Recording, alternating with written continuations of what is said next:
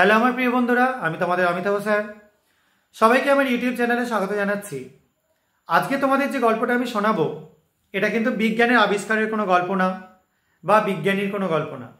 আজকের গল্পটা একটু অন্যরকম, কল্প বিজ্ঞানের গল্প বা সায়েন্স ফিকশনের গল্প।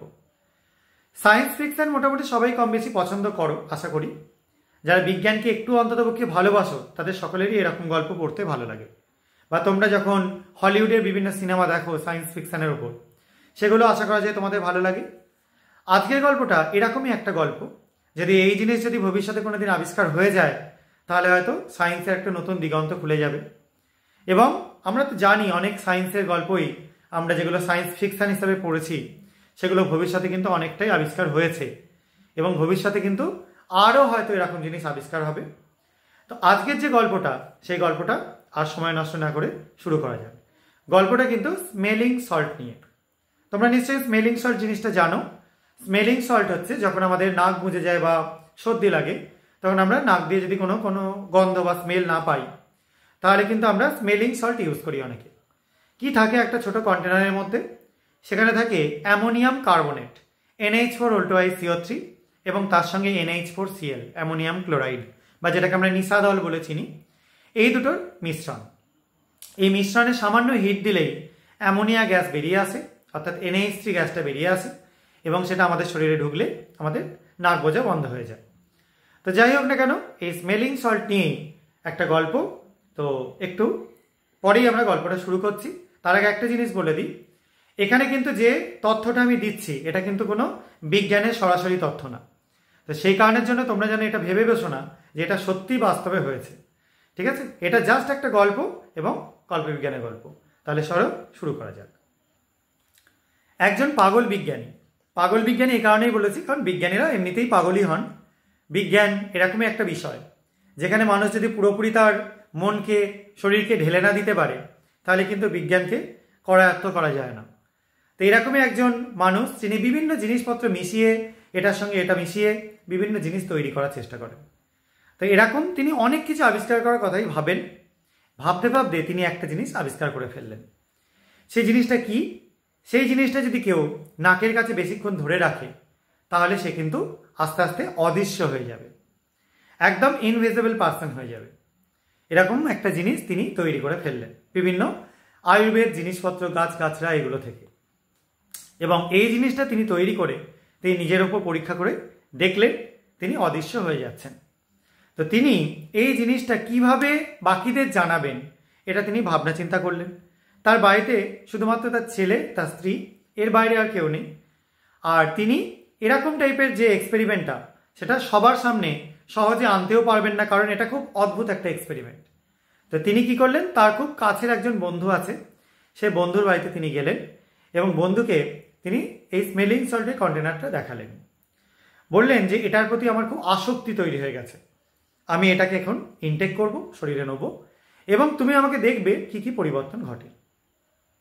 তো তিনি সেই স্মেলিং সল্টের কন্টেনার থেকে কিছুটা স্মেলিং সল্ট নাকের কাছে এনে ধরলেন এবং বেশ কয়েকবার টানতে শুরু করলেন। কিন্তু কোনো একটা কারণে তার শরীরে খুব অস্বস্তি শুরু হয়ে গেল এবং এই অস্বস্তি এতটাই চরম পর্যায়ে উঠল, তিনি সেখানে সব কিছু ফেলে দিয়েই তিনি সেখান থেকে চলে গেলেন। এবং চলে যাওয়ার পর তিনি তার নিজের ঘরে ঢুকে দরজা বন্ধ করে দিয়ে ওয়েট করতে লাগলেন শরীরটা সুস্থ হওয়ার, একটু শুয়ে।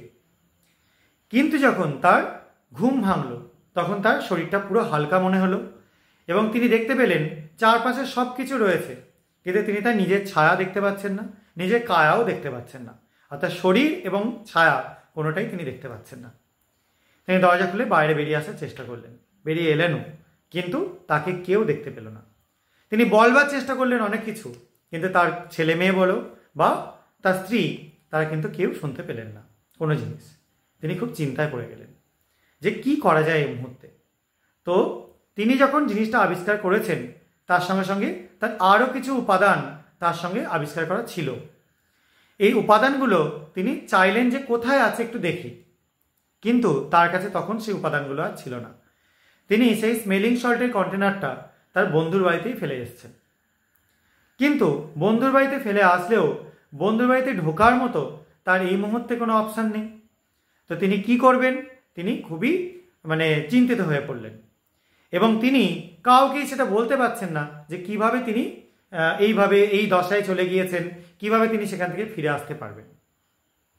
এরকম করে কিছু দিন যেতে লাগলো।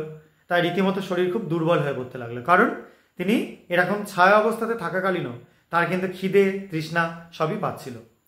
তিনি তৃষ্ণার জিনিসটা পাচ্ছিলেন ঠিক কথাই, কিন্তু খাওয়ার জিনিসটা তিনি কাউকে চাইতে পারছেন না, কি করে তিনি নেবেন। যাই হোক, একদিন তিনি অতিষ্ঠ হয়েই তিনি রান্নাঘরে হানা দিলেন এবং খাবার দেখতে পেলেন রয়েছে, তিনি খেতে শুরু করলেন। তো খাবারের পরিমাণটা কমে গেল। স্বাভাবিকভাবেই তার স্ত্রী ছেলে তার রীতিমতো চিন্তিত হয়ে পড়লো, হঠাৎ করে এরকম খাবারের পরিমাণ কমে গেল কেন। এবং তিনি যে নিরুদ্দেশ হয়ে গেছেন, হারিয়ে গেছেন, এটার জন্য তারা কিন্তু থানায় ডায়েরিও করেছিল, কিন্তু তাকে আর খুঁজে পাওয়া গেল না। তো কিছুদিন পর তিনি এরকম করে একটু শরীরটাকে সুস্থ করলেন, খাবার চুরি করে করে খেয়েই বলতে গেলে। এবং একদিন তিনি আবার ঠিক করলেন যে এবার বন্ধুর বাড়িতে যা হোক করেই তাকে ঢুকতে হবে। কিন্তু তিনি, আমরা মনে করতে পারি অদৃশ্য হয়ে গেলেই সব কিছু করতে পারা যাবে বা পারা যাচ্ছে, কিন্তু তিনি সেটা করতে পারছিলেন না। তার কিছু কাজের মধ্যে রেস্ট্রিকশন ছিল, লিমিটেশন ছিল। তো তিনি একটা বুদ্ধি খাটালেন কি, যে বন্ধুর বাড়ির সামনে তিনি ওয়েট করবেন, কখন বন্ধু একটুখানির জন্য দরজা খুলে বাইরে বেরোবে বা ভেতরে ঢুকবে কোনো জায়গা থেকে, তখন তিনি সেই সময় ঢুকে পড়বেন। এবং সেরকম পরিকল্পনা করেই তিনি ঢুকে পড়লেন একদিন, এবং তিনি তার সমস্ত উপকরণগুলো খুঁজে বের করার চেষ্টা করলেন। যথারীতি তার বন্ধু সেগুলোকে তুলে ঠিকঠাক জায়গাতে রেখে দিয়েছে। তার বাড়ির বিভিন্ন জায়গাতে তিনি খোঁজ মারতে লাগলেন বা খুঁজতে লাগলেন। একসময় বন্ধুর পড়ার টেবিলের একটা কর্নারে তিনি স্মেলিং সল্টের সেই কন্টেনারটা দেখতে পেলেন এবং ইনস্ট্যান্ট সেই কন্টেনারটা তোলবার চেষ্টা করলেন। এবং সেই সময় এসে ঢুকলো তার বন্ধু। তার বন্ধু দেখতে পেল একটা হাওয়ায় যেন কোনো জিনিস উড়ে চলে যাচ্ছে, এবং সেই জিনিসটা কি, সেটা হচ্ছে সেই কন্টেনার। সে তো রীতিমতো ভিড় খেয়ে যাওয়ার অবস্থা, অজ্ঞান টজ্ঞান হয়ে গিয়ে যাচ্ছে তো এই অবস্থা। তার মধ্যখানে দরজা খোলা এবং তিনি পালিয়ে গেলেন। অর্থাৎ তিনি বলতে সেই বিজ্ঞানীর কথা বলছি, তিনি পালিয়ে গেলেন। বাড়িতে আসলেন, সেই ঘরের মধ্যে ঢুকলেন এবং স্মেলিং সল্ট স্মেল করে তিনি আবার তার আগের অবস্থায় ফিরে এলেন। কারণ সেই সল্টটার মধ্যেই ছিল শুকে অজ্ঞান হওয়ার উপায় যেরকম, আবার সেটাকে ফার্দার শুকে আবার ফিরে আসার উপায়। তো এরকম অবস্থাতে তিনি আবার দরজা খুলে যখন বাইরে বেরিয়ে এলেন, রীতিমতো তার বাড়ির লোকজন ভূত দেখার মতো হয়ে উঠল যে এরকম মানুষটা কোথায় ছিলেন, আবার কি করে তিনি ফিরে এলেন। তো যাই হোক না কেন, তারপর তিনি তার সমস্ত ছেলে মেয়েকে বলো বা তার স্ত্রীকে, তার বন্ধু বান্ধবদেরকে তিনি তার আবিষ্কারের কথা বললেন। এবং এটা একটা খুব সুন্দর আবিষ্কার হয়ে গেল, যে আবিষ্কারে একটা মানুষ অদৃশ্য হয়ে গিয়ে আবার সে সেই অবস্থায় ফিরে আসতে পারে। তো এই গেল আজকের গল্প। তো তোমাদের কেমন লাগলো তোমরা অবশ্যই জানিও। পরের দিন আবার কোনো নতুন গল্প নিয়ে আমি হাজির হব, অবশ্যই পরের সপ্তাহে। আজকের মতো এইটুকুনি। সবাই খুব ভালো থাকবে। বাই।